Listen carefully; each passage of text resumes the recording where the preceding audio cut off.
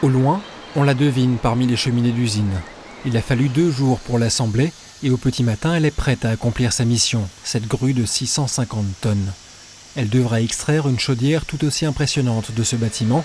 2 semaines de préparation étaient nécessaires pour l'opération de ce matin. Et pour vous donner une idée de l'énormité de l'opération, si ce n'était pas encore clair jusqu'ici, la grue que vous voyez derrière moi fait 70 mètres de haut, c'est l'équivalent de 25 étages, un immeuble de 25 étages. Et la chaudière qui est en train de monter tout doucement pèse 100 tonnes. Il fallait ça pour y arriver. Après 10 ans de service, cette chaudière devait être remplacée. Elle participait au fonctionnement d'un des 3 seuls sites au monde capables de produire des selles de nylon.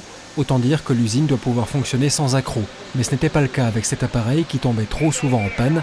Le conserver aurait coûté trop cher. On remplace cette chaudière pour des questions de fiabilité, puisqu'on a modifié la technologie de l'équipement, et également pour essayer d'améliorer les performances de la chaudière et donc en même temps de faire des économies d'énergie, puisque cette chaudière récupère la chaleur de la réaction pour produire de la vapeur.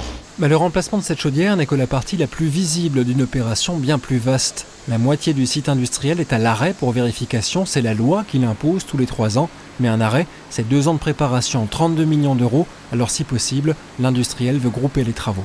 Un arrêt de 6 semaines, ça veut dire qu'il faut pouvoir livrer nos clients malgré tout. Et donc il y a une anticipation de stockage de produits de manière à ne pas arrêter l'approvisionnement de nos clients. Rien que pour les opérations de maintenance, 1350 employés viennent travailler sur le site. C'est près de 5 fois plus que l'effectif habituel de cette partie de l'usine.